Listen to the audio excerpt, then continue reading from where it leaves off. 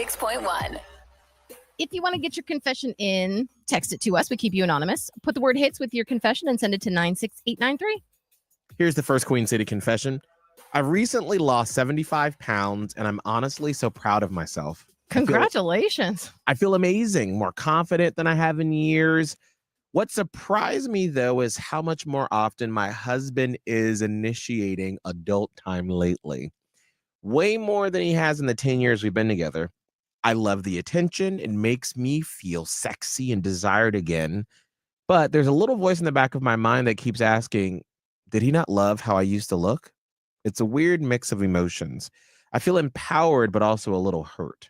I mean, two things can be true at once. You know, that's valid. You probably should be feeling all of those feelings. Miguel, I mean, you've been on a weight loss journey several times. Your whole life is a weight loss journey, up and down. Literally. I mean, does that ring true? Yeah, absolutely. But I feel like I don't want to step on. I don't know. It's so hard to. I don't know. Okay. My job is communicate, but there's like so many things where I'm like, yes, I understand, and you're very valid in that. But then I think it also can be valid too that there are degrees of attraction for other people when it comes to the physical appearance, but they still love you regardless. But and they still do want to be physical with you, right? But like, I mean, to be fair, you did just change how you look, right? And you know what? Maybe it's just easier to have adult time now that you've lost 75 pounds. Like, I don't know, obviously, the inner workings, but there's so many things that go into it. But I would never just say, well, he didn't like me before. Right. That's what your brain is going to, that's what the little negative Nancy in your mind is going to do. So just try to shut that lady up. Here's another Queen City confession. I love my best friend, but if I hear the word dinkwad one more time, I might scream. What? So I had to look this up because I was like, I feel like I've heard of this before. I'm not 100% sure. Is it just like a name for like someone who's being stupid?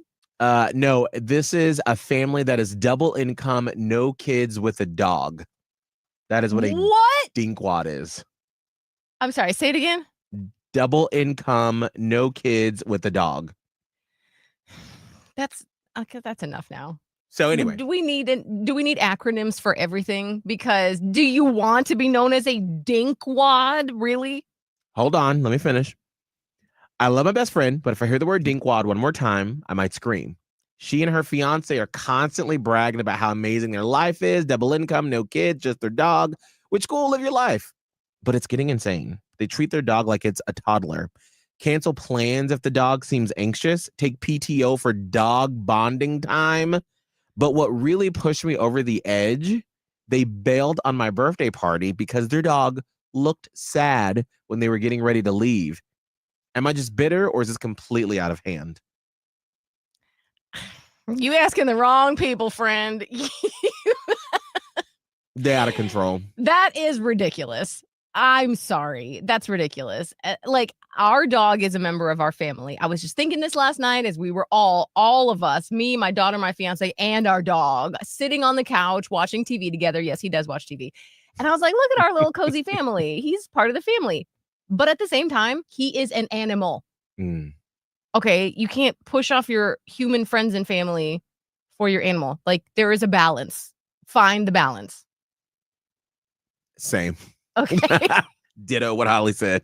Here's the last Queen City confession. I was at Target the other day when I saw these fine men in rugby uniforms. Oh. I swear I turned into a cartoon character with my jaw on the floor. I low-key stalked them through the store just trying to figure out who they were and what team they played for. I even got sneaky and zoomed in on their logos to do a reverse image search. They play for Spain and are here in Charlotte for a big game this weekend. And yes, I may or may not be planning to show up to the team pep rally to accidentally bump into one of them this week. I'm just so tired of dating man-children. I want a grown man who can tackle both on the field and in real life. Wow. Wow. Of course, like a good journalist like I am, I had to do a little research to see what was going on. I'm sure you did have to do the research. I did. And so Mm. there is a big team, USA versus Spain at American Legion Stadium this weekend. Mhm. And they're having a Team USA rugby pep rally at Noda Brewing Company tomorrow. They're all the players are going to be there? Apparently so. I mean, so I just had to do a little research too. What are you now going to be doing? I'll be on a plane tomorrow at that time, but you know, I'm sure you're very upset about that. Yeah, if you go and take pictures, we love to see them. Wow. If there's a confession you want to get off your chest, text "hits and that secret" to 96893. Get you that rugby man, okay? Yeah, but that's not, I mean, he may also be a man child, but at least he's a hot one. Okay, just because he does whatever you do with a rugby ball well, that don't mean he's grown.